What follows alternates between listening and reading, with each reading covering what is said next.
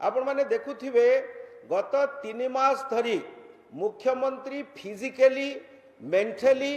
and emotionally वर्तमान सक्षम नुहंती ना दल चलाइबाकू ना शासन तंत्र को चलाइबा पई तांकर डिजिटल सिग्नेचर निया जाउची आर्टिफिशियल इंटेलिजेंस माध्यम रे तांकर फोटोचित्र को लोकलोचन को अणा जाउची ना मुख्यमंत्री किछि करिवार ताकत अछि ना कहिवार भी ताकत अछि एभली एक राज्यर स्वाभिमानी राज्यर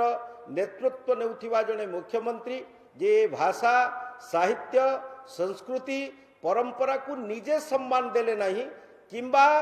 ओडिशार जने नेतृत्व को मध्य स्वीकार्य कले नहीं 25 वर्ष शासन करिवा परे माननीय मुख्यमंत्री एते अपारक जे 4.5 कोटी ओडिया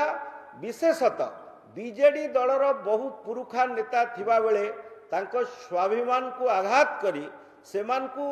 निर्यातित करी सेमान को सर्वसाधारण रे अपमानित करी बाहर राज्यरू जने आमदानी व्यक्ति को तांकर उत्तराधिकारी रूप में अवस्थापित करुचंती ओडिशार जनसाधारण निकट में आज ओडिया